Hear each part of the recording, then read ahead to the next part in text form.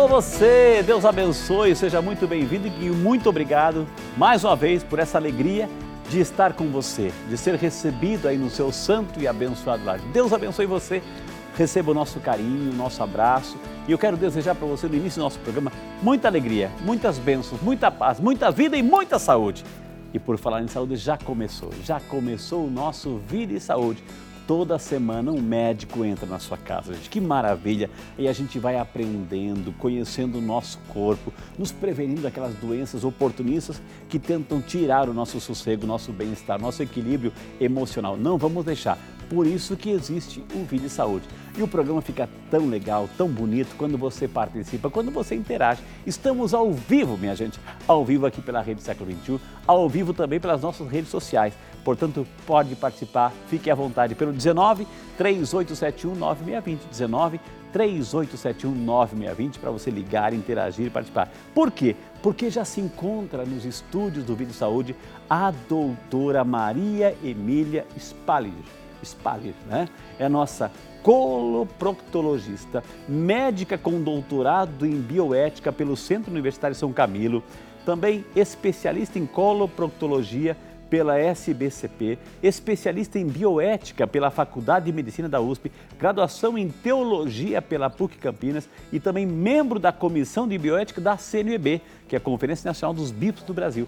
Aceitou o nosso convite hoje para falar exatamente sobre bioética, gente. É um assunto que precisa, um tema que precisa de reflexão. E é por isso que nós estamos aqui, começando, graças ao bom Deus, aqui na Rede Século XXI, a semana em defesa da vida. E queremos que você participe também, como podemos nós no dia a dia defender esse dom precioso de Deus. Então, com muito carinho, a nossa produção preparou uma matéria, nós queremos convidar você a acompanhar conosco já o que é bioética, o que é ética.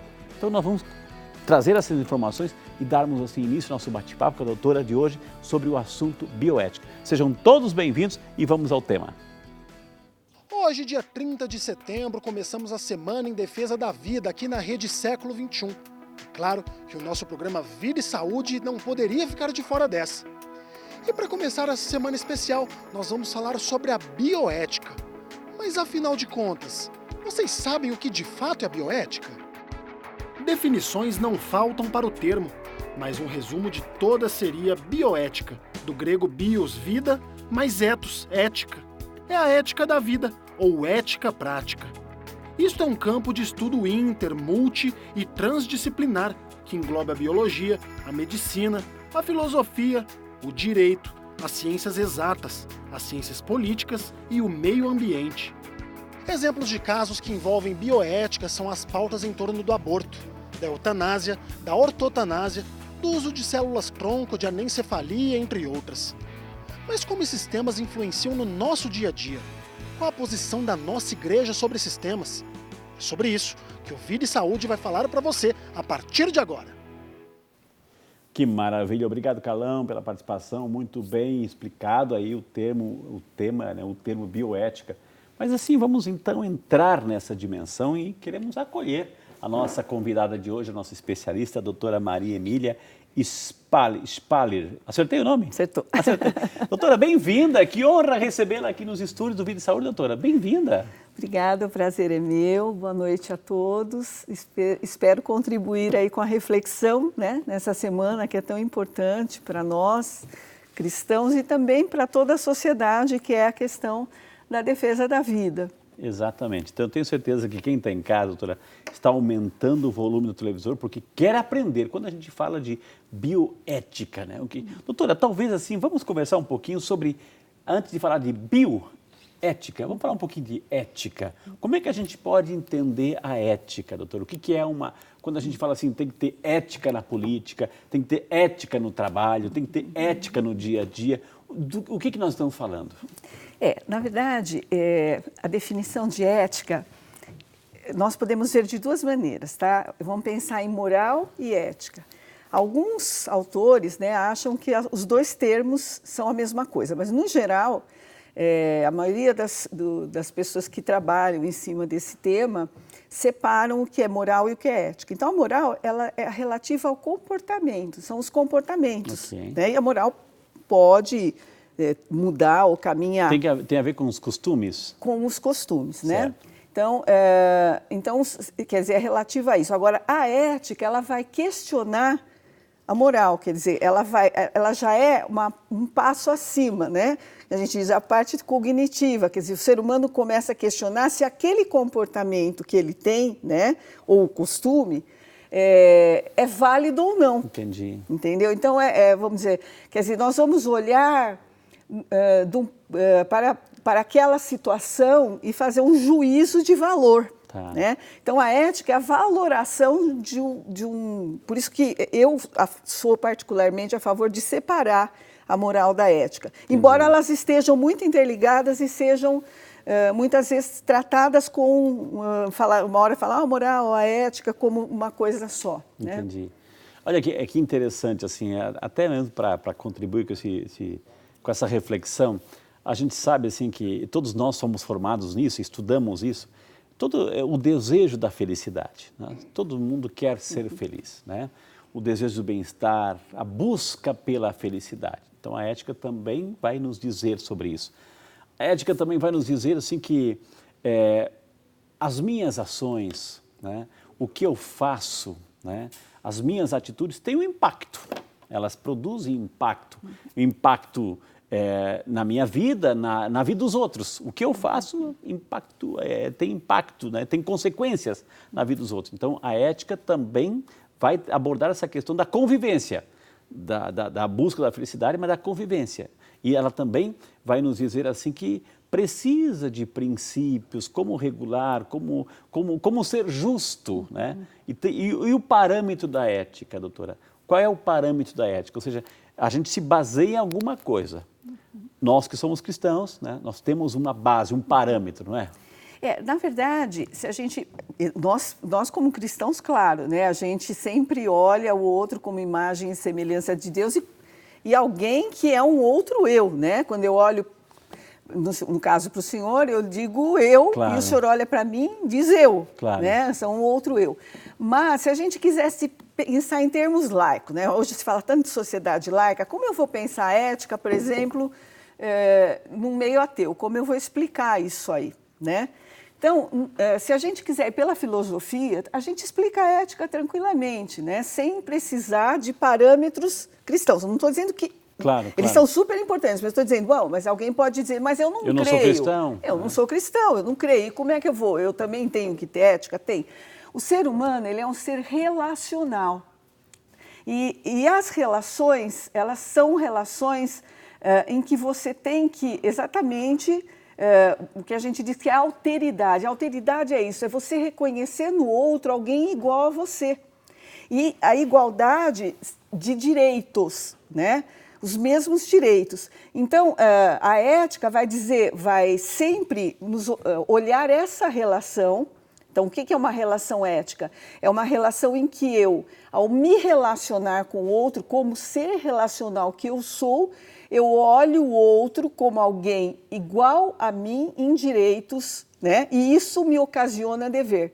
Vai muito na linha de Kant, né? Claro, isso eu acho interessante, essa parte, né? Que Kant, vamos dizer assim, não fala de Deus, ele diz, ele liberta a moral, né? Tanto seja da transcendência quanto do próprio homem, né? Ele diz, olha, a razão. Então, eu acho interessante, porque, sabe, Frei, a gente, em bioética, né, a gente sofre muito como cristão, viu? Porque a gente tem que conversar com o ateu. E para conversar com o ateu, você tem que usar argumento laico, né? Então, eu, mesmo minha dissertação de mestrado, minha tese de doutorado, eu só usei argumentos laicos. Mas não precisa, né? Porque Deus está aqui, está no... o que a igreja propõe como ético, ela se fundamenta na razão, não é só na fé. Tem um elemento que é comum a tudo isso, que é o elemento chamado vida. Né? E o que a gente começa a interpretar e entender por vida. Né? Então, vida, né? A vida tem um valor em si mesma, ela é o que é, né? Então, esta vida ela tem os seus direitos, né? E a gente precisa também a deixar com que a vida apareça. Né? Eu acho que a ética vem, e quando a gente fala e por isso bioética, né? É a ética da vida, ela tem ela tem esta maneira de se manifestar e que ela tem os seus próprios direitos, né, doutora? Sim, a vida é claro que se a gente pegar, por exemplo, a Declaração Universal dos Direitos Humanos, então o primeiro direito de todos é o direito à vida, né? Se você não tiver direito à vida, você não tem mais nenhum direito, né? Então, realmente, quando a gente pensa numa forma mais ampla, quer dizer, a gente pensar em bioética, porque ela é multidisciplinar, como foi colocado aqui, muito bem colocada a definição, aí a gente vai pensar em ecologia também, a gente vai pensar em todas as relações de vida, vamos dizer, não só humana, mas que vão interferir vamos dizer, nessa qualidade de vida, nessa busca da felicidade do ser humano, agora nós estamos falando muito de sustentabilidade, né, com o Sínodo da Amazônia, de uma ecologia global. Então, eu acho que vai muito nessa linha, bem colocada, bem que o senhor colocou perfeitamente. Então, se a vida tem os seus direitos, todo mundo entende a vida, né? Todo mundo dá direito à vida, todo ser vivente, ou seja, a gente só discute a vida porque estamos vivos, né? Ou seja, mas todo mundo entende a vida realmente assim com os seus direitos, doutora? Não, então, aliás, essa é uma das causas da bioética, né? Exatamente, porque nós estamos... Eu estou entrando aos pouquinhos. Né, aos pouquinhos. O que nós estamos vendo hoje, né? A gente fala assim, a humanidade caminha... vamos dizer assim, e ela, me fugiu agora a expressão, mas vamos dizer assim, ela vai cada vez mais se aperfeiçoando e nós temos a biotecnologia que surge, né, em todos os campos, vamos dizer, na medicina. Só que, veja bem, nós caminhamos, muitas vezes nos aprofundamos no conhecimento científico, mas o conhecimento científico ele é muito rápido, né? Uhum. Então, o ser humano ele pode fazer qualquer coisa do ponto de vista científico, mas ele deve fazer. Exatamente. Então, a pergunta que a bioética vai colocar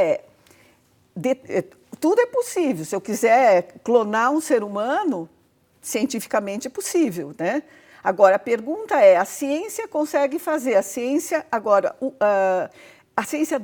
nós devemos fazer isso, entender onde entra a ética e a pergunta, o questionamento, né? Esse, o que eu devo me fazer. Então, muitas vezes a gente vai caminhando na vida e fala, nossa, mas isso é o progresso, foi a palavra que me fugiu, o progresso humano, né? Mas o progresso humano em que sentido, né? Quando que nós progredimos só do ponto de vista científico e do ponto de vista moral, né? Então, são esses questionamentos que a gente coloca. E aí, dando um gancho, né, na questão da vida, hoje a vida, o valor da vida está relativizado, e a gente vai devagarzinho conversando sobre isso, né? Que é um questionamento que nós fazemos, tanto os bioeticistas, quanto principalmente a bioética da linha cristã, né? Qual é o sentido da vida, qual é o valor da vida humana, o que fundamenta esse valor, né? E dentro desse ponto de vista da bioética, doutora, que a gente sabe que é abrangente demais, enfim, ou seja, nós que estamos aqui, que queremos passar assim, essa questão do valor da vida, em defesa da vida, acho que a bandeira é esta, em defesa da vida, e disso a gente não vai abrir mão. Ou seja, quais são os grandes temas assim, em defesa da vida que a bioética aborda? Sim, então, só para ilustrar um pouquinho, então a bioética ela pode tratar de temas, vamos dizer assim, de ponta, né, que é o início e o fim da vida, então, que teoricamente se poderia chamar, alguns chamam de bioética de fronteira, né, que então as questões do nascimento, né, do início da vida, o que é ético, o que não é, e as questões do fim da vida, eutanásia, como foi falado aí, eutanásia é uma coisa válida, é ética. E a bioética também trata as coisas do cotidiano, que alguns chamam de bioética do cotidiano, que são as relações sociais, né? Nisso, a doutrina social da igreja é fantástica, né? Eu estou levando para o Congresso de Bioética agora desse ano um trabalho sobre doutrina social da igreja e bioética, que é fantástico. Você lê ali, é um tratado de bioética, de defesa da dignidade humana, defesa do pobre, das relações sociais justas, da equidade, enfim, Então, a gente tem essas duas áreas. Hoje, eu acredito que o nosso tema seja mais ali na linha do início e fim da vida, mas também está relacionado com as outras coisas. A gente vai entrando e vai vendo Porque aquilo que eu falei, doutor, a gente fala de temas assim, tem que ter ética na política, ética na saúde, sim, ética na escola, ética no trabalho, ou seja, tem que ter ética em tudo, ou seja, valores, né? Tem que ter valores, princípios, sim, etc. Agora, quando a senhora falou assim do início ao final, etc., por que a ética, a bioética no dia a dia, no cotidiano, até mesmo para quem está em casa, para você participar e interagir conosco, eu quero que seja um programa onde você também participe, porque afinal de contas estamos falando da saúde. E a bioética fala de tudo. Se tem um guarda-chuva, todos os temas que a gente já abordou aqui, e olha que foram tantos, se tem um guarda-chuva que protege, é bioética, gente. Está tudo ali dentro do juízo de valores, etc. Por que existe tanta confusão, doutora, né? E a senhora é especialista nisso, eu dou graças a Deus porque a senhora está aqui hoje. Por que existe tanta confusão? Ou seja, até mesmo para nós cristãos, ou seja, aí vem, a senhora falou assim que a doutrina da igreja, a doutrina social é fantástica, e é mesmo, ou seja, mas por que existe tanta confusão de temas, assim, do dia a dia? A igreja orienta uma coisa, não, mas eu posso fazer, porque existe aquela, digamos assim, aquela liberdade, o subjetivismo, onde se é bom para mim, eu faço, né? Ou seja, se está todo mundo fazendo, eu também faço. Ou se o artista está fazendo isso, eu também vou. Ou seja, por que nos custa tanto a gente entender, digamos assim, a vida nas páginas do Evangelho que gera a vida? Né? O que acontece hoje, né? A gente, assim, vou falar e vou traduzir em miúdos para não ficar muito difícil. Por favor, doutora. Mas a gente está num período que a gente poderia chamar de pós-modernidade, né? Que acontece a modernidade, aí temos a Revolução Francesa, tudo mais, e a partir desse momento começa a haver um cientificismo, né? Vamos dizer assim. E o que acontece na pós-modernidade, que é depois de Revolução Francesa, os dias de hoje, né? A gente pode dizer, não é mais nem modernidade, é pós-modernidade. Alguns questionam isso, certo, mas vamos falar assim. Nós perdemos na pós-modernidade o contato com o que a gente chama de meta-relato. O que é o meta-relato? São narrativas da humanidade que norteavam os comportamentos. Então, você tinha uma narrativa que ia... o que é uma narrativa? São valores morais, né? Que acompanhavam o ser humano de geração em geração, embora houvesse uma modificação, não se perdia contato com essa tradição. Eu acho que se eu traduzir de uma forma mais fácil, por tradição fica mais fácil. Então, nós tínhamos tradições. Na pós-modernidade acontece o quê? Uma quebra disso, uma ruptura, que é o que a gente chama de quebra de meta-relato. Então, acontece um relativismo. Porque quando você, veja bem, quando você tem uma tradição, a tradição vamos chamar, é um paradigma. O que é um paradigma? É alguma coisa que norteia o teu agir moral. Tá? Então, quando eu não tenho isso, eu quebrei a tradição, aspas, né, para ficar mais fácil para o nosso ouvinte entender, eu não tenho mais algo em que me basear. Né? E se eu não tenho algo em que me basear, então acontece o relativismo moral. E isso que o senhor colocava, o que eu acho é que é importante. Então, é o que a gente chama de exaltação da autonomia, entendeu? Eu perco aquela relacionalidade em olhar o outro e ver que os meus direitos sempre levam a um dever com o outro. O dever em nunca usar o outro como um meio, mas o outro como um fim em si mesmo. Novamente, um conceito kantiano, né? Gente, olha que interessante. Hoje nós estamos vivendo isso. Ou seja, é importante eu ser feliz, é importante eu sentir bem. Você também quiser, pode encontrar a tua felicidade, etc. Eu vou ser feliz, etc. Se é bom para mim, eu uso. Se não é bom para mim... E aí, quando eu posso fazer o que eu quiser também do meu corpo. E aí a gente começa a entrar no outro assunto. Eu posso fazer o que eu quero com o meu corpo, afinal de contas, ele é meu, eu decido, nessa liberdade que a gente tem aí. Vamos falar um pouquinho sobre isso? Então, no próximo bloco, nós queremos que você participe. Quando a gente começa a pensar, o corpo é meu, eu faço dele o que ele quiser, o que eu quiser. E aí, onde é que fica a bioética nisso tudo? Onde é que fica o critério de valores nisso tudo, assim, do ponto de vista também de Deus. A gente volta já. Então, quero que você participe. Esse é o Vida e Saúde. É seu. Voltamos só para você.